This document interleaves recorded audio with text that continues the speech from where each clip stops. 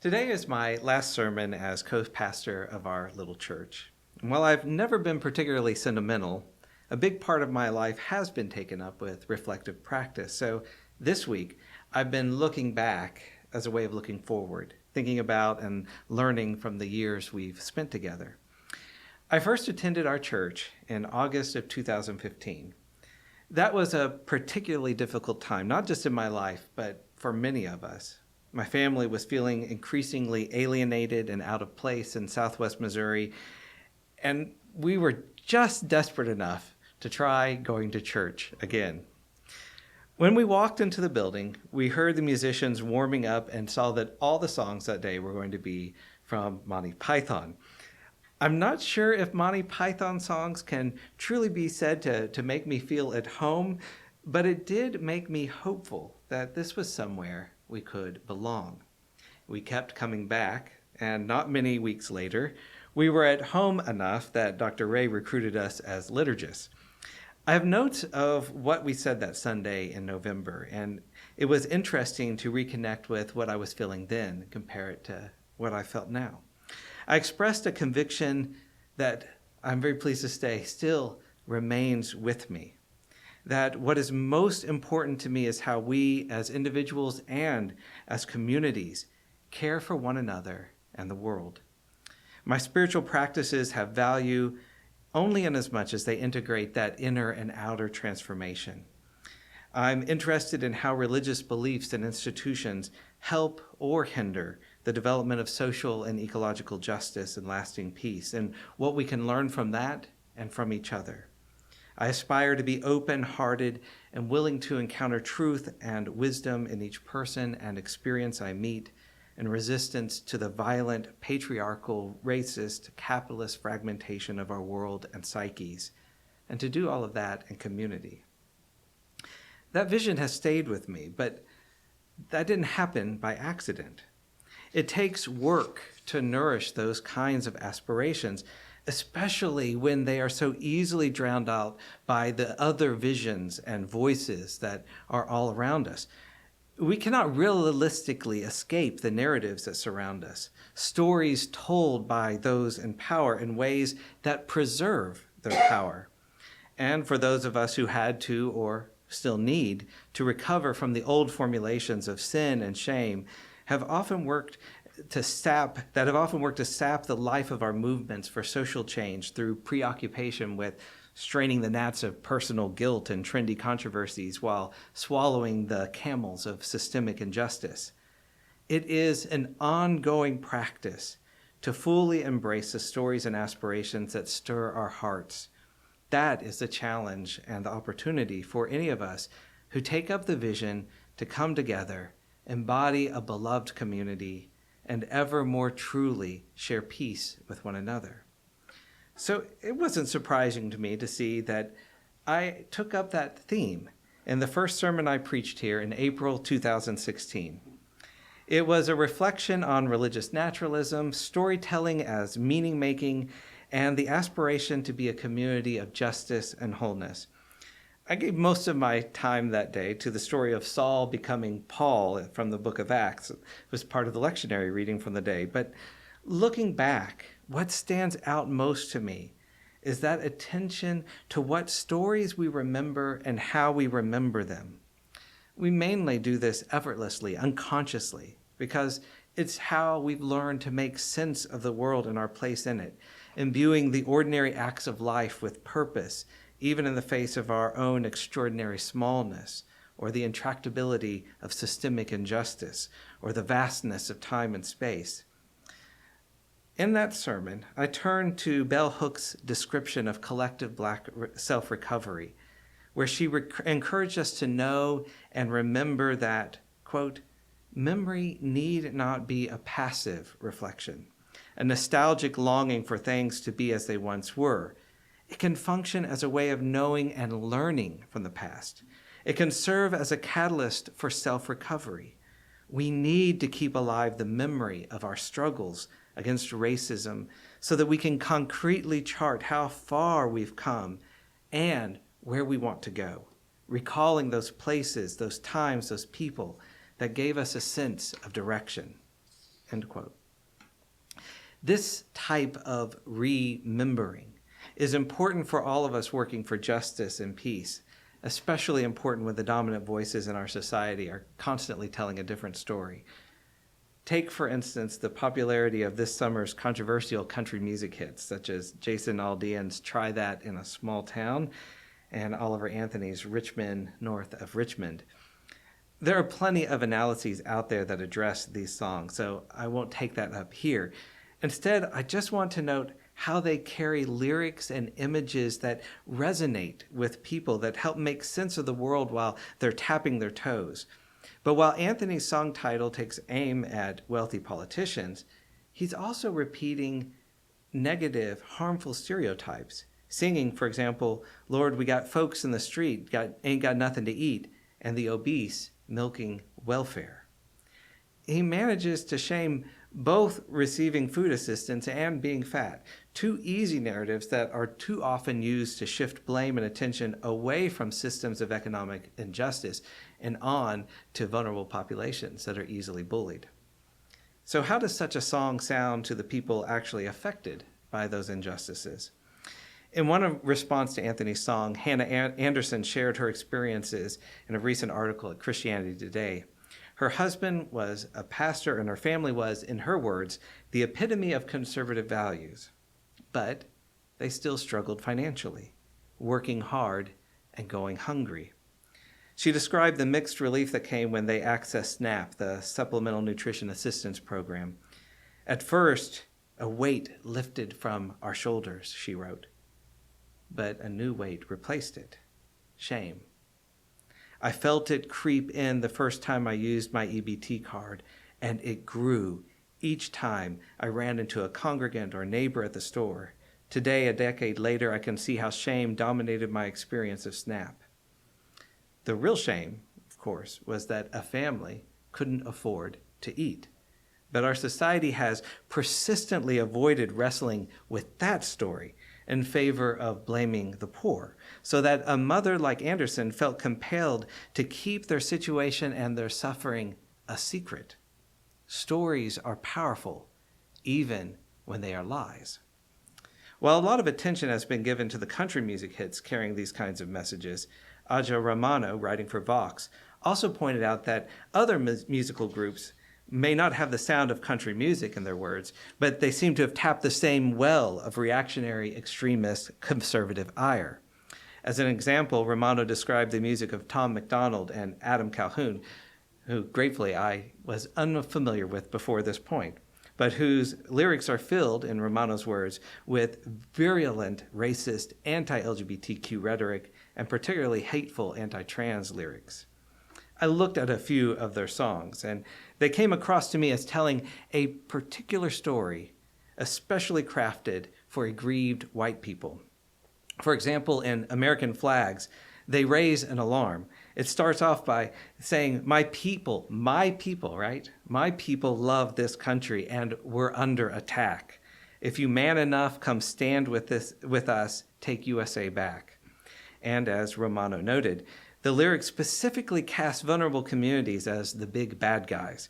For example, in back-to-back lines, they target transgender people first, including all of us non-binary and gender-expansive folks. They say, never hit a lady, but it's pretty hard to tell if you're a girl, or they, them, theirs, these, that, those. They then immediately pivot to people who kneel during the national anthem, popular tactics to protest police brutality. I ain't never going to take a knee for the anthem, smack 'em. I don't give a damn, can't stand 'em. And when I say target, that's both symbolic and literal, because the song is also an anthem to gun violence. I'm a shoot at something. Why you think we own these guns, so we can just do some hunting? That song, by the way, hit #1 this summer on 2 Billboard music charts, rap digital songs and R&B hip-hop digital songs. Its popularity is a reflection of the stories that people tell to explain their sufferings and their anger, to give them someone to hate, someone to blame, with lyrics that resonate. In turn, the success of those songs reinforces those narratives and spreads the message. As Romano wrote, none of this is about country artists. Ultimately, none of it is about music at all. And I would say that at least part of what this is about is channeling outrage in order to reestablish cultural narratives that favor a specific type of people, to the exclusion of anyone that they label as a threat, anyone who isn't my people. We've witnessed a similar trend in teaching history.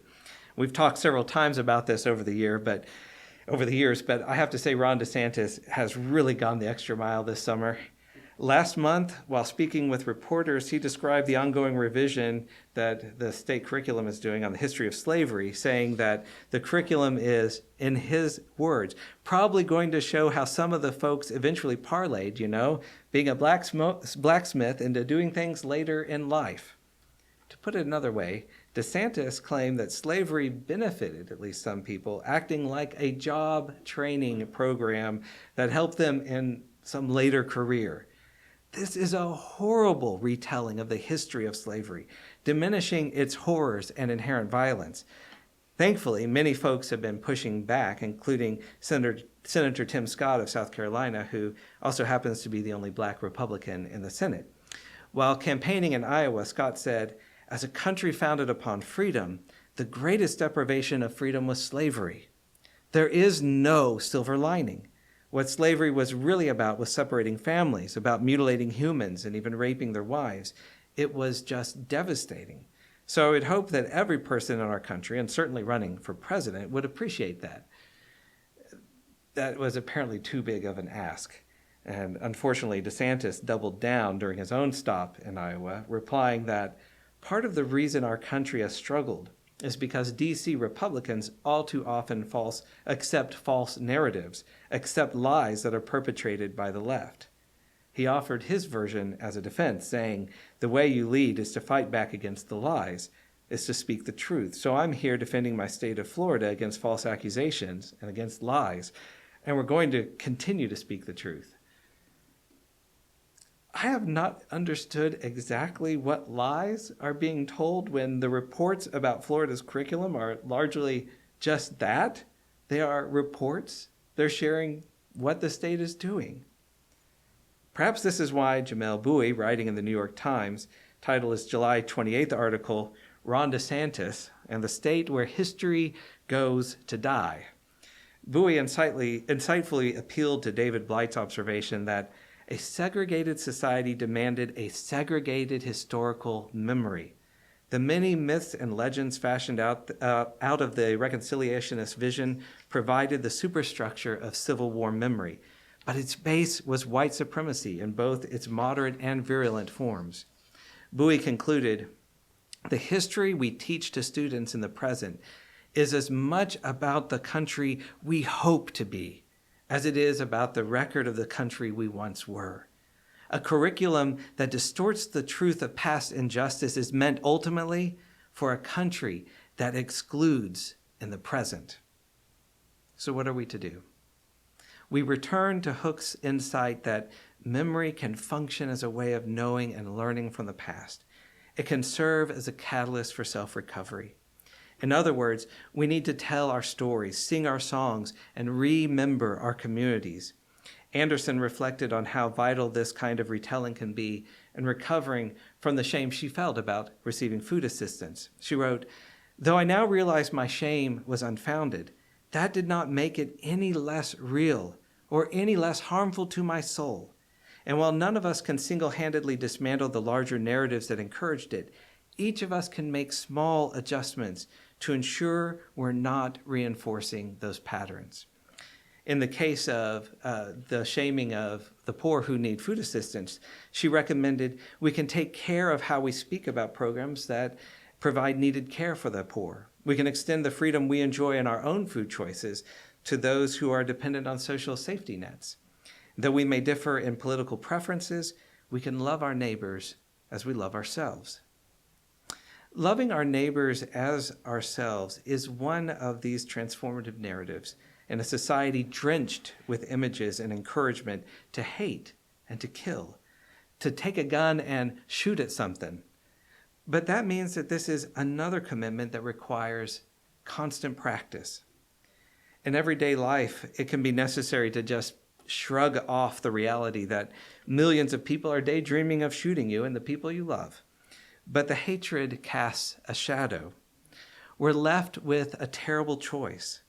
Silence and oppress ourselves, keep our heads down so that we draw as little attention as possible and hopefully avoid becoming a literal target, or speak up, perhaps loudly and persistently, risking being misunderstood on one hand and objects of violence on the other. I think for most of us, we navigate a blurry spectrum between those poles, trying to judge how much we can say and be ourselves at any given time. It's exhausting, which is why the community aspect is so important, and why I found myself gratefully and a little surprisingly part of a church again when I entered those doors and heard Monty Python's greatest hits. Please forgive me for quoting myself, but I think I got this right back in 2016, and it's good for me to hear it again. We need communities, and we need to support communities who care about justice, who understand systems of oppression and domination, to take up the pen, the brush, the stage, the drum, the microphone. We need all manner of art to help us think about these questions and stumble toward an answer. We need folk stories and historians. We need role-playing games. We need good friends and good conversations over cups of tea or coffee or on long walks. We need the singing of songs and the telling of tales. We need to learn to listen, to learn again to listen, to interrogate our own complicity with the way things are so that we can resist the way things are. We need to learn to tell our own stories, to find out, how did we get here? And what do I really think? So that we can understand and then resist the ways in which we've been conditioned into acting a part that often contributes to oppression and marginalization of others and even ourselves. We need to listen to the stories of others so we learn we're not alone, and so we can understand how our stories and the systems of domination intersect, and so we can push the boundaries of our own understanding. We need to read and listen outside of what is familiar to us, especially to read and listen at the margins where we have become accustomed to seeing and understanding the world according to the powers that be. And we need to be reminded of what's gone before us, to be proud and celebrate, and to be sad and grieve. We need to learn what has worked, what hasn't worked, and why. In other words, we need to hear stories where we are on the right side of justice and grace, discerning what to do next. And we need to hear the stories where we are in desperate need of painful change. In hearing and telling of stories, wisdom can be born inside of us, in our communities and as a community. But we have to pay attention. We have to listen not just to the stories, but for what they mean and how they change us. We can choose the stories we hear and the stories we live with attention to what we care about, with attention to kindness, justice, and community. And in this spirit, I want to close by offering a poem I wrote many years ago about leaving fundamentalist Christianity. It's called A Sower Went Out, and it's inspired by the parable Jesus told of the sower sowing seeds. They always taught me that Jesus' story about the seeds and the soils was about thinking the right things, agreeing with the right people, falling into line, measuring goodness with compliance. That's not how anything grows. The old prairies here knew better, knew that the soil needed the plants as much as the other way around, knew that the life in the soil was a community of living and dying, of bugs and bacteria, as well as beautiful blooms open to the sun, knew that the good soil had roots reaching down 14 feet, so that there was always a place to hold the rain, to hold the life when the dry times came. You want to plant something that will grow 100-fold in love and not in greed? Give up on tidy rows and telling others what to do and think, and take a lesson from the little earth that's left that we haven't tried to squeeze for profit or crush into submission. For when the human heart finds itself in a place like that, no one has to tell it what to do. and no one can stop it from giving forth its own small offering of love or grace or justice or truth. This is our ongoing work. We live with the aspiration to love one another in a society that profits from our alienation, hoping for community in a society that encourages the dislocation of our relationships, and nourishing a commitment to love and justice in a society where everything and everyone appears disposable. We look to each other for courage and for grace, to transcend the ever-present poisons of hatred and greed, to cultivate a boundless heart of love, and to embody that love in our everyday expressions of kindness and the sharing of life together. I'm grateful, so grateful, to have been invited to add a few pages to the story of this community, to help transform the stories that dominate our society and to turn it around, to offer kindness instead of condemnation and justice instead of a tired resignation to the way things are. Our banners boldly remind us that we will not stand idly by, that we can make a difference, and that our own very earthly voices can call one another to a more beautiful and just and altogether way of life. Thank you for helping make a space where anyone and everyone can do that, including me. My heart has benefited from having the opportunity to be myself and to give forth my own small offering of justice and love. Thank you. Thank you for watching our videos. We are entirely dependent on the donations of our listeners and members. We hope that you find this content to be important enough to help us to keep offering these videos to the public at no charge by becoming a regular contributor. Please click on the donate button on our website at www.spfccc.org.